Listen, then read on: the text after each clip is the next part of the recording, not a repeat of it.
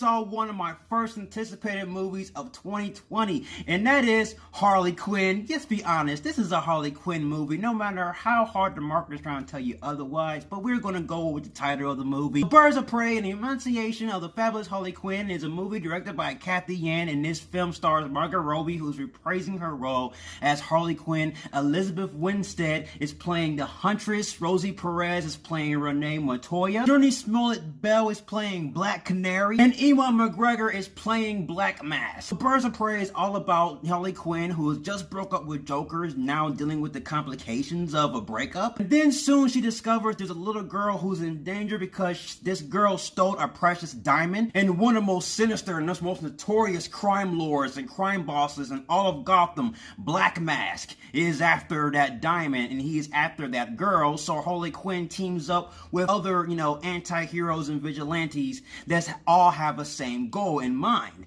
And we have our movie, Birds of Prey. And I gotta say, after watching this movie right here, this movie was strange and interesting that I had to talk about the good things.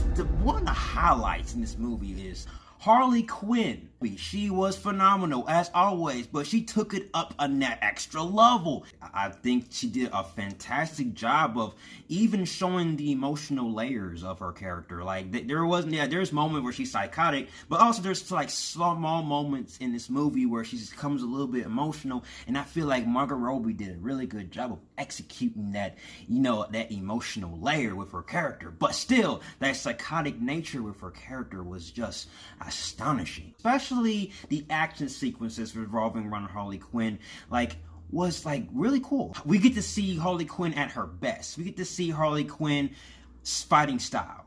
Also, this film has an interesting directing style where they kind of had the first 30 minutes of the film, and the way they told the story is within the mind of Harley Quinn. In the first 30 minutes, it focuses on Harley Quinn. She's dealing with the breakup of the Joker. So really, the Birds of Prey don't really team up until the third act of the movie. Outside characters, Huntress. Elizabeth Winstead, who played Huntress, she was phenomenal. She did a really good job playing the character. And also, I did like the performances from Journey Smollett. She plays Black Canary. I thought she was good. Probably one of the things I like about it was its action sequences and also how colorful the movie is. The movie is bright. And the director, Kathy Yan, she used a lot of wide shots in her action sequences, so you get to see everything within the fight. I have to praise was Kathy Yan's using the visage of Zack Snyder's directing style. When certain characters fight, get to see that slow-mo. The fight choreography for Harley Quinn was just immaculate. I was just at awe. I was dying laughing, and I was just enjoying myself. I had fun watching her fight. She kicked a ton of ass. Oh, I did like some of the chemistry with their characters. I did like the jokes.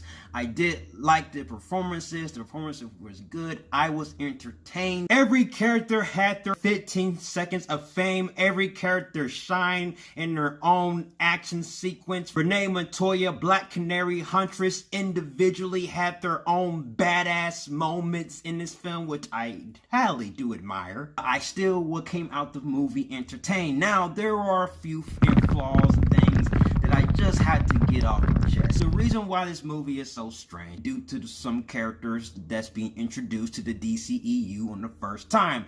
This is the first time we are seeing Black Canary on the big screen, and this is the first time we are seeing Huntress and Cassandra Cain. First time we are seeing Black Mask on the big screen, so there should be a little bit of characterization with some characters, but there wasn't a lot of characterization with their characters. And this film was built heavily on a plot device, and the film wasn't character driven. Usually some films that we got prior were character driven. The last few films, BVS was character driven, Shazam was character driven, but for this movie, it's pretty much almost on that same tier as Suicide Squad, just a step above it. I feel like that this movie was entertaining, but the characterization was poor. One of the disappointing characters, for me personally, has to deal with Cassandra Cain. In the comic book, she is the fourth Batgirl. She's with the League of Assassins, and she is a daughter of Lady Shiva, okay? So that's not a spoiler because it's in the comic books. Die-hard fans, I feel will be a little bit disappointed with her character because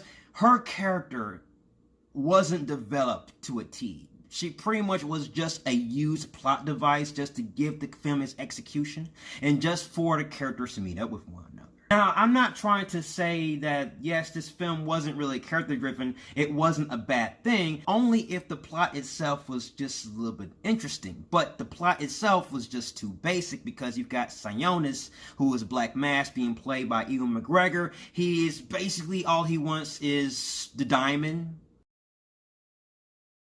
There was a lot of characterization for the other characters for the team, like Renee Montoya. There was like a little snippet of her backstory, not much clarity there. Also, they did a decent job for Huntress. They did a decent job of developing her character arc in this film, but not much for Black Canary. I mean, they kind of give us a little bit hints through dialogue. So don't get me wrong, Ewan McGregor was good. He had a fun time playing Synopsis, aka Black Mask. But for my fandom of knowing the character from a comic book, I know that he is being more like the character from the comic book, the obnoxious, the brash, the always yelling, the hooting, hollering. But there's a separation between the comic books and presenting it on the big screen. I believe that if you're introducing a character, you still need a little bit of a layer with his character so we can get an understanding of his motive,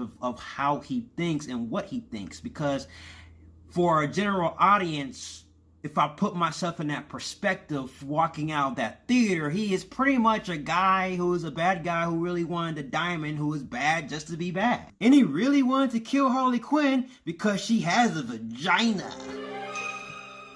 I don't know, it's beyond me the reasons why he really wanted to kill Harley Quinn so bad.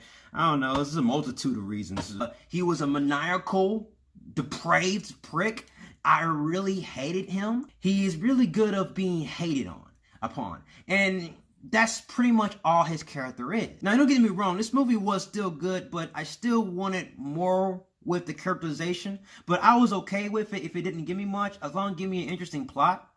But the plot was too simple. They don't really form as a team until like the third act. So pretty much in the first two acts, it pretty much focuses on Harley Quinn. This is not really a Birds of Prey movie. It's more like a Harley Quinn type movie. I'm going to have to give Birds of Prey and Emancipation of the Fabulous Harley Quinn a Michael Keaton Batman. This is a fun movie. I enjoyed myself, but I think Shazam,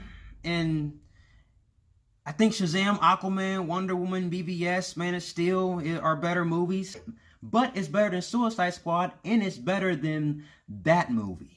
Alright guys, that's my review of Birds of Prey. Have you seen Birds of Prey? What are your thoughts? Comment below, and let's talk about it. And I'll see you guys in the next review. And if you like everything you see and you agree, subscribe to my channel and join me in the Batman family. I'll have more Batman-tastic reviews in the way. You have been warned. Till then, ciao.